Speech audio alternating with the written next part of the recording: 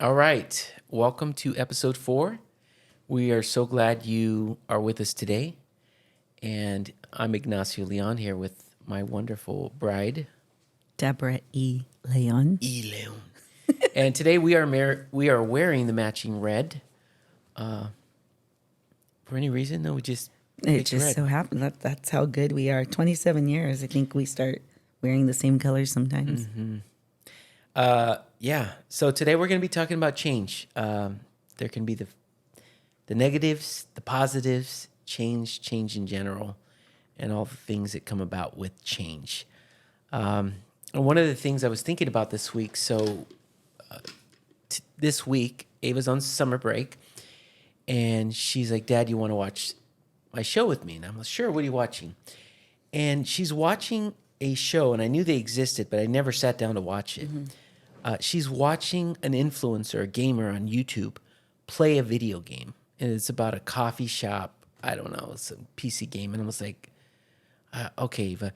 I actually enjoyed it. Like, the guy was funny. You know, there's another guy from Ireland, and she's showing me, like, this guy plays games. And I was thinking back, on change.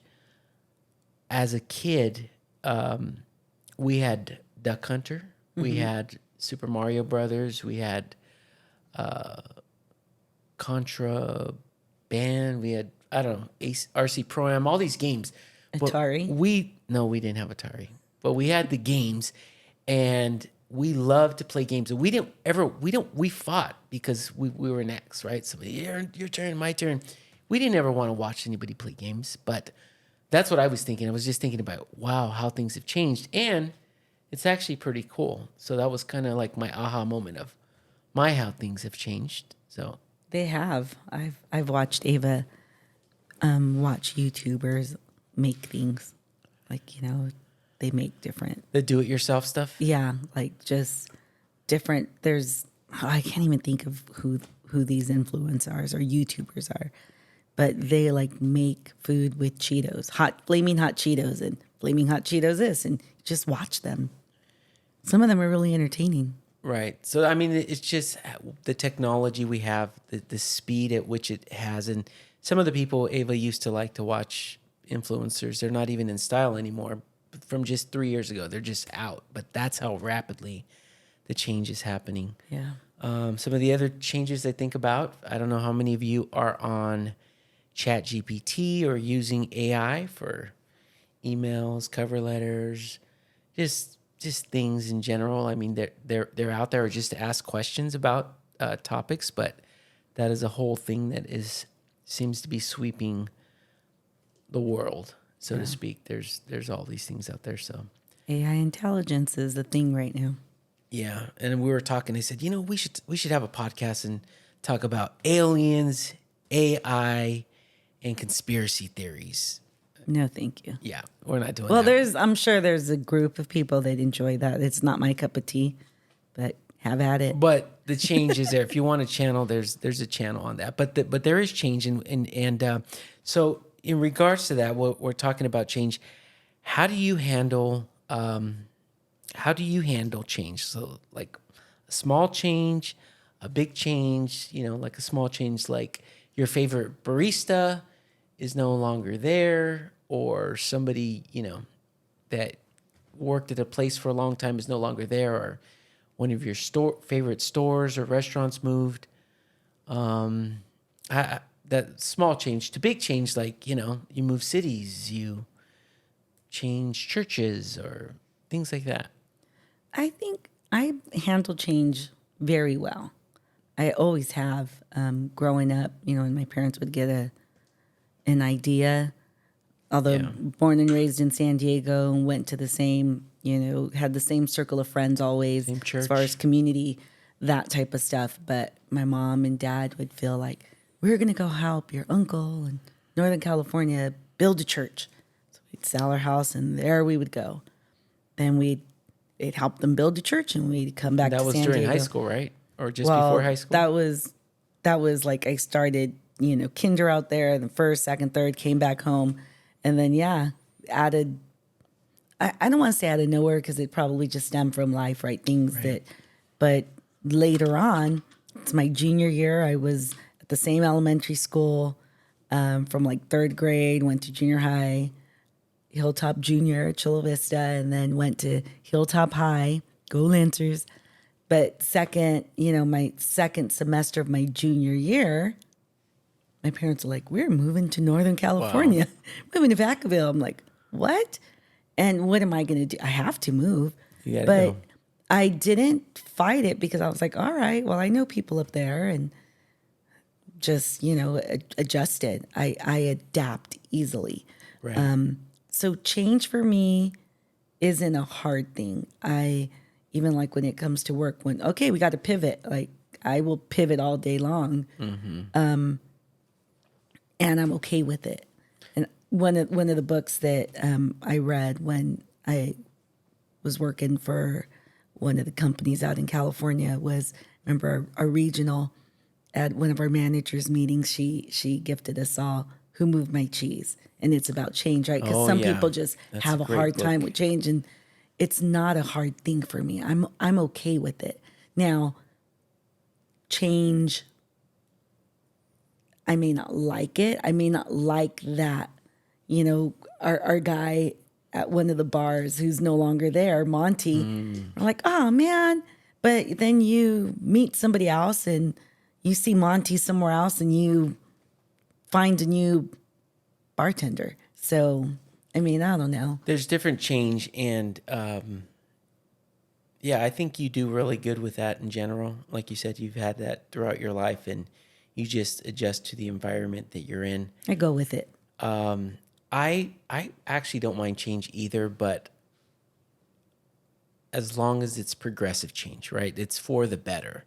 In the workplace where you have a great manager that gets replaced by a not good manager, or a micromanager, an overbearing manager, a manager that's runs by different tactics. That's hard change to swallow, because it's just we took steps backwards, and Yeah, that's a good point. that's happened versus good change. And some change is just different change, but I think that there's big and small. And as we talk about it, and we mention it a bit in some of our last episodes, our life has drastically changed. Drastically changed. Obviously, from a family dynamic, a family of four, for several years until Zan transitioned to its three here on physically, and Forever for. that has brought some significant change, right? Some painful change, but also some change that has brought some beautiful things Right. into our life. So I guess we can talk about that. How has some of these changes that have happened, they bring loss, something is changed that will never be the same, but also brought an opportunity. As you think about that, what are some of those opportunities and that Well, come to mind, like that have happened? And I think about the foundation, absolutely. right? I think Yeah. about the people that have parents that we've talked to late at night, friends that have been struggling that said, you saved my son's life, or Right. you Well, made a difference. opportunities to help others. Think initially when it comes to the loss we've experienced, change was hard in certain spaces. Right. The holidays, things, it was hard. Like I didn't want to make certain things different or do things differently because this is what we always did. So Right. now that I'm thinking about it, as okay as I am with change, there are some things that are just the constant, and for the forever for, like, certain things that just are constant, I had a hard time with. That Right. now I feel I've had to just say, I can't control this. So is it change and control? Because with change, you don't have control. You lose You control. lose And that's control. probably the hard part about it is Yeah. the loss of control, especially when it's something so dear to you, like the memories and those moments that we had that we look forward to. But excuse me, I think that because the change was so significant, we really, especially for Ava, we wanted to control the things we could control Right. to minimize the change for her, right? Because I Right. do think familiarity is important, especially when everything feels like it's changing. Is there anything I can do to not change that for the sake of her? You know, even if just for Well, her. and I think she change for her is different than how maybe I handled it at her age. And so, yeah, I want to protect that. Right. I don't want her to have to experience the things that I experienced. And I feel I handled really well because her personality, although we're the same, we're very different. There's just change isn't easy for Ava. Right. It's just not. And so I think now, seeing her at 15, we're able to see that a little more. When she was More of her younger, personality. yeah, because remember when we moved 13 years ago and we were home. I mean, she was 2 years old and she would cry that she wanted to go back to her friends in San Diego. I'm like, you're 2 years old. And here, let's get in our pool. We have a pool. No, I want the beach. I Yeah. want the sand. Yeah. So it was hard. Change for her was hard. It was hard. And so now looking back, I see that. And so, yeah, that's something I want to, as best as we can, protect that. How do we protect and control the things that we think we can control? So, yeah. I mean, that's a good point, though. I think that there's personality types, and we're all unique, but there are certain things that can categorize us, whether you're talking about the DISC or the Enneagram, on some of those personalities that do not do well with change. And some of them, can even go to severe levels. If you're not really working on those things, the things we can't control that can really just cause Brings on panic or anxiety and all these things. Yeah. But I think it's in regards to the different personality styles, right? My personality style, on the disc, I'm a high I, high D, which I tend to be competitive, right? If you've ever played Chicken Foot with us or any board game, we're competitive. I'm competitive. Competitive. So when things change, and it's more about where does this put me, at from this ability to influence, because I'm a high I want to influence. And so if I feel like I lose the ability to influence or to communicate openly, that is very, very hard change for me. And I think that can be, that can apply to anything, whether it's religion or faith, where things are very rigid, right? There's no space for interpretation or fuzziness, and that's a hard one for me, because in some areas I like change, right? I want to question it, or I want a free form, and not being able to change, actually, that restriction just can feel really isolating. So as we think about this whole thing with change, we've had to adjust that. But as parents, that's been a big thing for us, and as a family, having to figure out what those dynamics look like now. And I'm sure people that are still out there that you think about COVID, and that we're in a post-COVID world, but some things haven't changed. There's people that are working from home now, Right. that have never had the opportunity to work from home, and they're still working from. They love it, right? I think that's the majority consensus, is that people love that change. Now they don't want to change that. They're like, keep me at home, right? Right. So it's But initially, it's a big like deal. I going back to that, when you had to, because I work from home I office from home for Right. the most part, and always have. But when you had to move your office to the home, initially, I remember you're like, oh my gosh, I just need to see people. I'm like, what am I, chopped liver? It was bad. So year 2020, right? This was also our year one of grief, so it was hard. But it was on March 16th, like most people in corporate America and everywhere else, everything shut down, and we were work from home.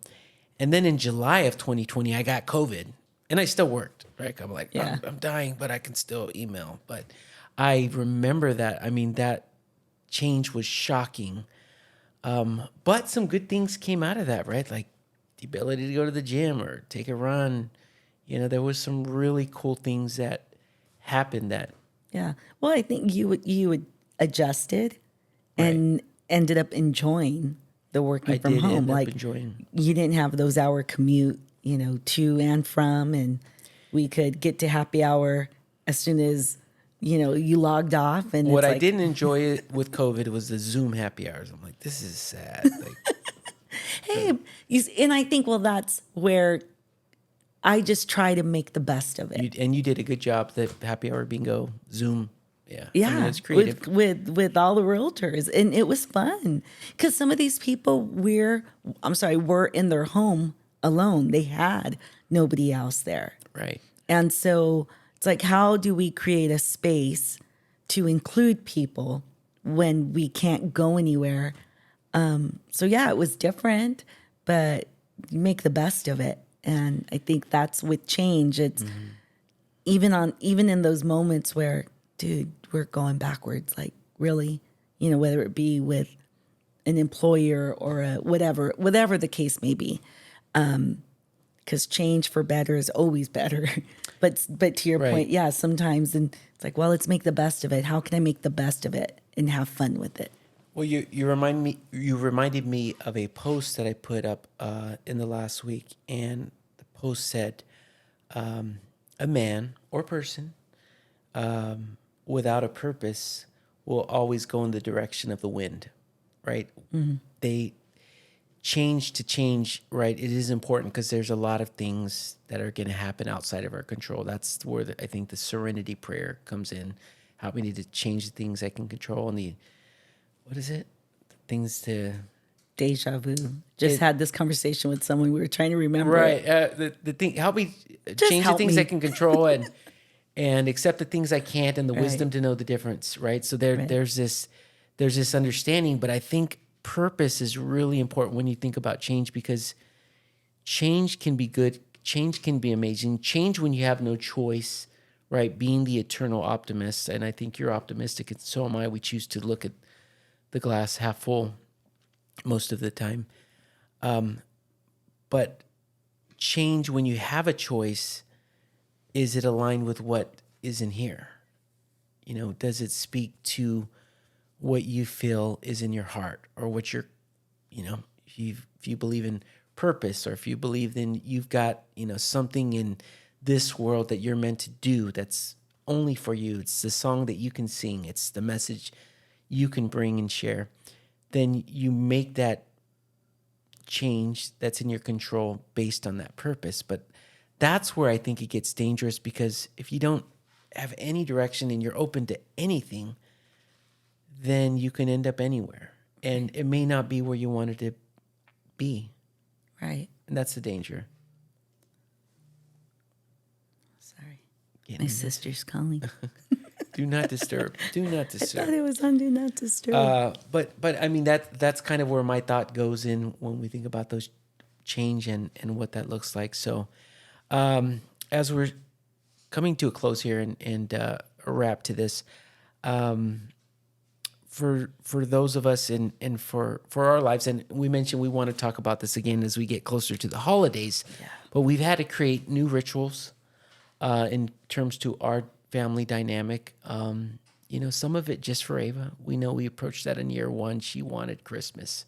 She wanted That was decorations. the hardest thing to do. And to pull those boxes out. I know that was hard for you, but you did it. Did it for her. And I know Zan would want us to, but it was just the hardest thing.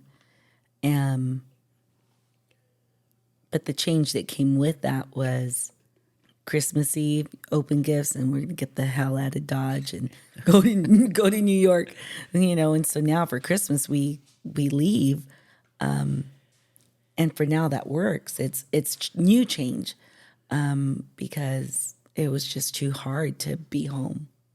It was. Yeah. And so, I mean, but being open that we did the change, right?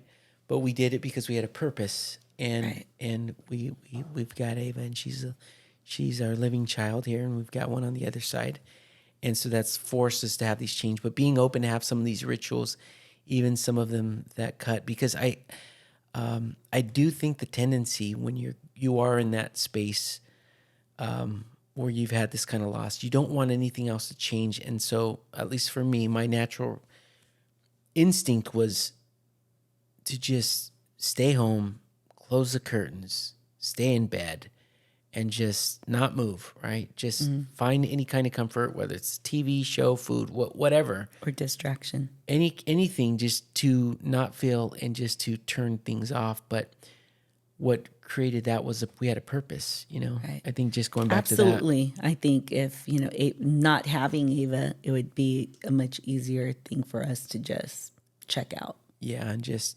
really disconnect from everything. Right. And so having to stay into that. But for anybody that may be going through any kind of grief, again, whether it be career, marriage, friend group, your best friend, She's my best friend. Sorry. I think of songs. whatever that is that, there can still be something, and that's where hope comes in. There can still be something beautiful that comes in. Life for us, as we talked about, our consciousness, our story is still being written, and beautiful things can still come. And they do. They have come. And we see that every day. They have, with the whole change thing, just being at Hotel Dell, we spend our, 4th of July. Little plug Which, for by the them. way- We're going to tag them. Shore Shore House. House. This is in Coronado. If you've Wait. not seen it. Thank you, babe. We spend the 4th in Coronado. That's been a thing ever since we moved to we always have, but when we moved to Arizona and we try to spend our first 4th of July here. Excuse me. First 4th of July here. That was anyhow. First 4th of July, never again. We're like, we will never We went to the Glendale Park for 4th of July. And it was like 100 and We're I like- don't know, whatever we're trying degrees. to, like, where's fireworks? And like in the middle of Phoenix. Now we know there's other places, but Right. still. So we always go, and I think that was one of the hardest because Zanny loved Coronado. Well, we all do. We He'd be all love digging Coronado. his hole, with his That sister. was, that's our place. Yeah. And so it's just hard to go do the parade. And so Ava and I, last week, it's like this is 4th of July instead of the parade. We hang out at the pool and lay out and for the day, and then we go have a nice dinner, and we are still doing the same thing, but have implemented Differently change and made it, to still honor the memory, but create new ones. And I think Absolutely. that's where I'm now trying to wrap my head around. It's like, I'm going to honor Zan's memory, but we're going to create new memories. I was stuck and I didn't want to change that. Right. I wanted to put everything in a bottle and not, that was the one thing I didn't want to change. And so, so anyhow, Shore House. Shore House. Got to stay at the Shore shout House. out there. I mean, for anybody who's in that space, we get it. We understand.